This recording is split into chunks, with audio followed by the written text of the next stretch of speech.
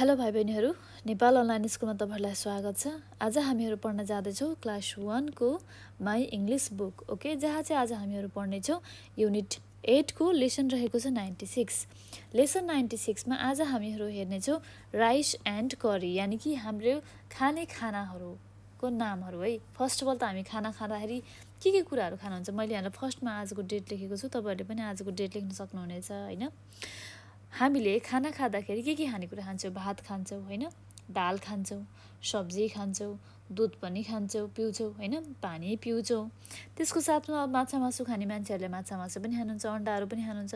यस्तो धेरै किसिमको हेल्दी फुडहरू खानुपर्छ जसले गर्दा चाहिँ हाम्रो स्वास्थ्यलाई राम्रो गर्दछ। यानि कि हामीलाई इनफ चाहिने मात्रामा भिटामिन हैन, प्रोटिन, क्याल्सियमहरू चाहिँ हाम्रो बडीलाई चाहिँ दिने गर्दछ। हाम्रो त्यस्तो कुराहरू चाहिँ मिलाएर खानुपर्ने हुन्छ है त। त्यो अलिकति फुडहरूको नाम चाहिँ म यहाँनिर तपाईहरुलाई भनेर सुनाउन जाँदैछु।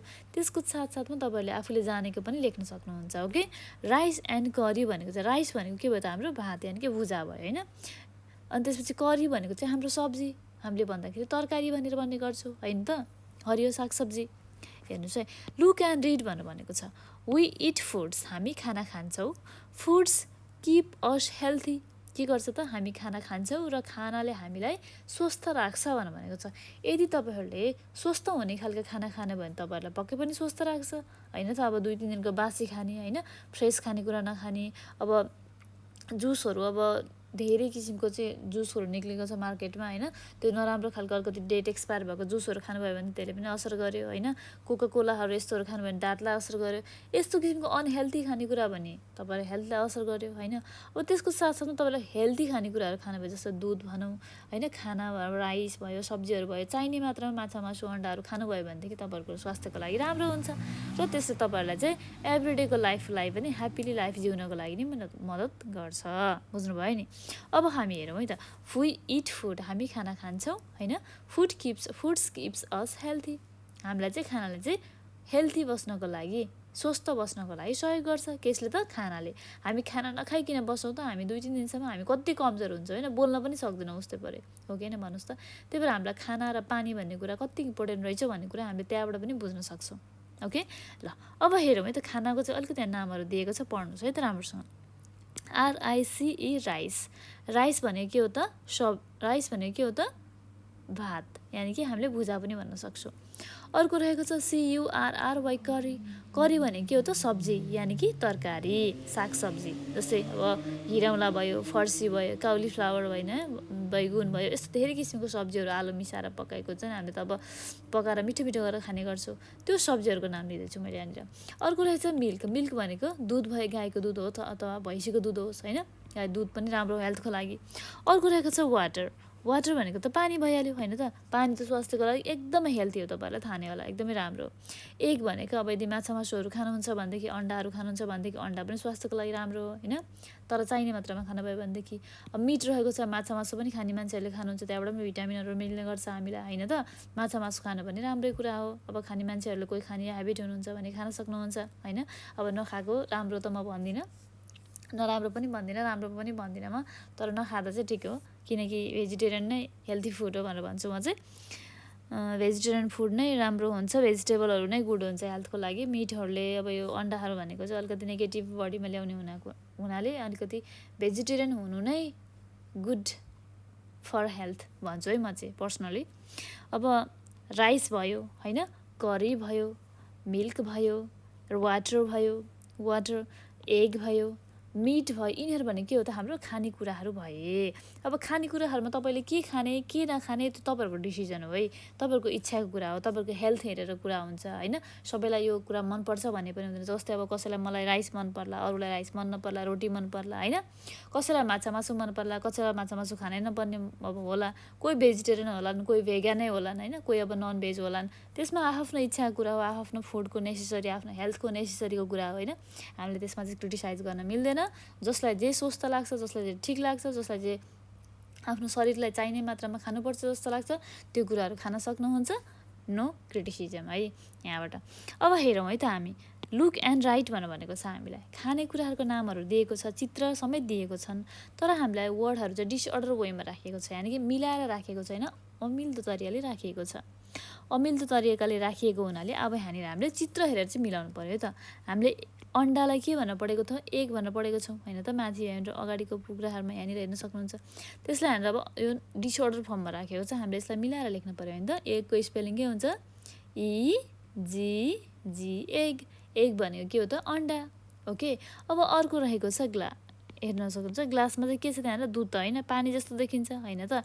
के छ? पानी। पानीलाई हामीले इङ्ग्लिसमा के भन्ने गर्छौँ? वाटर। अब वाटर हामीले यहाँनिर मिलाएर लेखेको छैन, पक्कै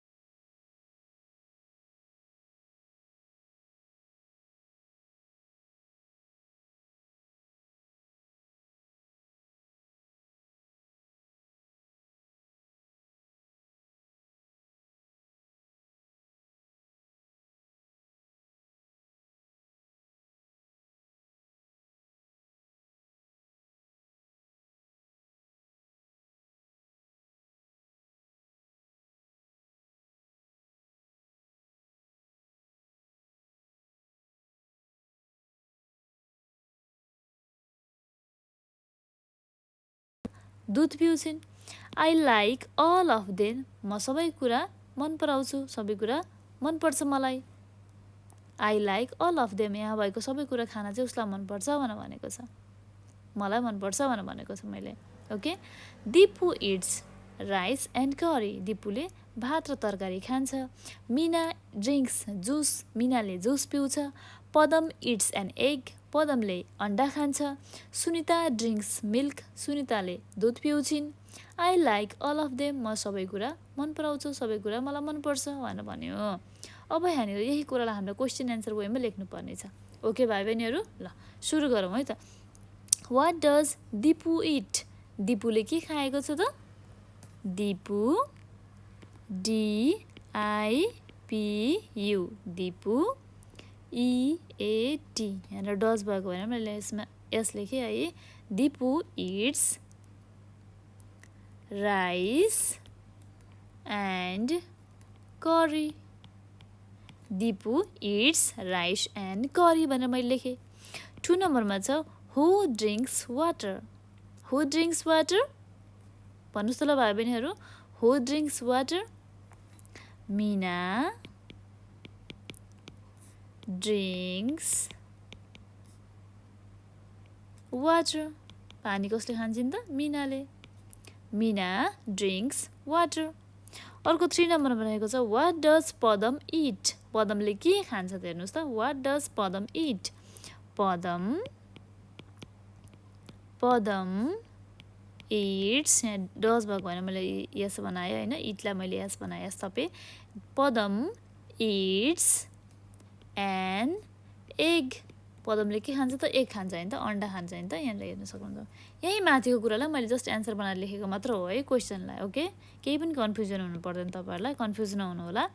हु likes all of them, who likes all of them, हेर्नुहोस् त, who likes all of them, I likes, sorry, I like all of them, I like all of them, मलाई सबै कुरा मनपर्छ, ओके, बुझ्नुभयो नि। वाट डज दिपु इट, दिपुले के खान्छ, Dipu eats rice and curry, दिपुले के खाँदैछ त, राइस एन्ड करी खाएको छ होइन, त्यही भएर त्यही लेखेँ मैले यहाँनिर।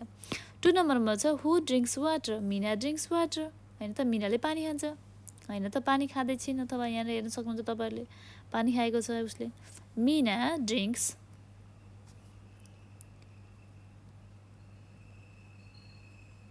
ड्रिङ्क्स वाटर भनेर मैले लेखेँ है।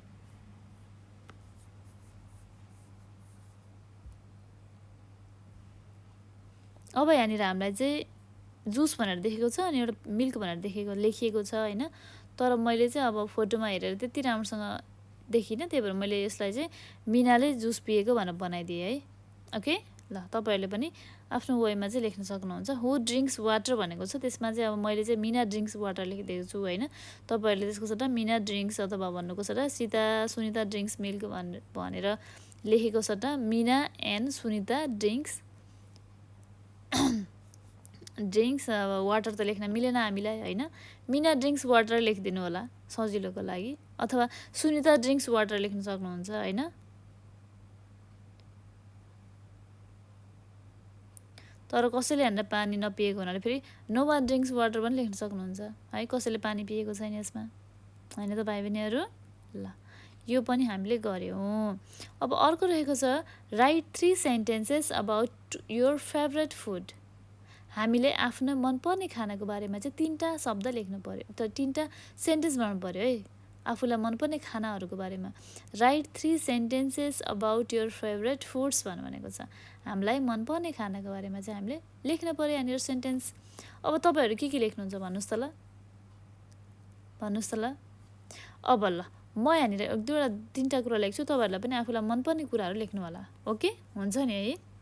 I like to drink water, अथवा I like to drink milk लेखिदिउँ होइन, drink milk. I like to eat rice, I like to eat vegetables भनेर पनि मैले लेखेँ, ओके।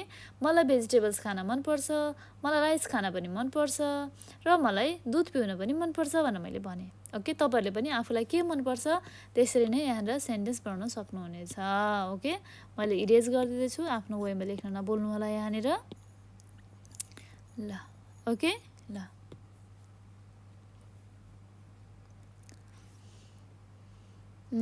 ओके, हामीले अहिले के कुराहरू पढ्यौँ त यसमा, हामीले यो युनिट 8 को चाहिँ लेसन 96 मा हामीले पढ्यौँ खानेकुराहरूको नाम, र खानेकुराहरूमा चाहिँ हामीले चाहिँ नेमहरू यहाँनिर जति पनि वर्डहरू छ हामीले डिसअर्डर वेमा राखेको वर्डहरूलाई चाहिँ चित्र हेरेर चाहिँ मिलाएर चाहिँ अर्डर यानि कि राम्रो तरिकाले मिलाएर लेख्यौँ, र हामीले चाहिँ थोरै चाहिँ पढ्ने कुराहरू पनि पढ्यौँ यहाँनिर, प्याराग्राफ एउटा सानो होइन, त्यसपछि हामीले चाहिँ पार्टीमा रहेको कुराहरू पढ्यौँ र त्यसको एन्सर पनि गऱ्यौँ होइन, र लास्टमा 3टा सेन्टेन्स पनि बनायौँ, ओके। तपाईँहरूले 3टा सेन्टेन्स मात्र नभएर आफूलाई मनपर्ने खानाहरूको बारेमा चाहिँ अझ पनि बढी सेन्टेन्सहरू बनाउन सक्नुहुनेछ।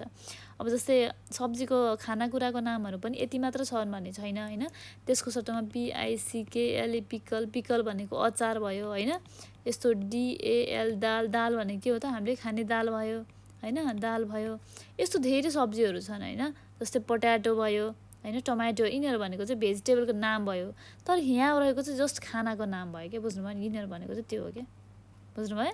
ल आशा गर्दछु तपाईहरुले मैले पढाएको कुरा राम्रोसँग सुन्नुभएको छ होला, बुझ्नुभएको छ होला। यदि तपाईहरुलाई कुनै पनि किसिमको कन्फ्युजन भयो भनेदेखि तपाईहरुले हाम्रो नेपाल अनलाइन स्कुलको चाहिँ 9849595895 हामीहरुको यो नम्बरमा चाहिँ कल गरेर चाहिँ कन्ट्याक्ट गरेर तपाईहरुले चाहिँ हामीलाई सोध्न सक्नुहुनेछ एजुकेसन रिलेटेड कुराहरु। Okay, thank you so much everyone, have a nice day.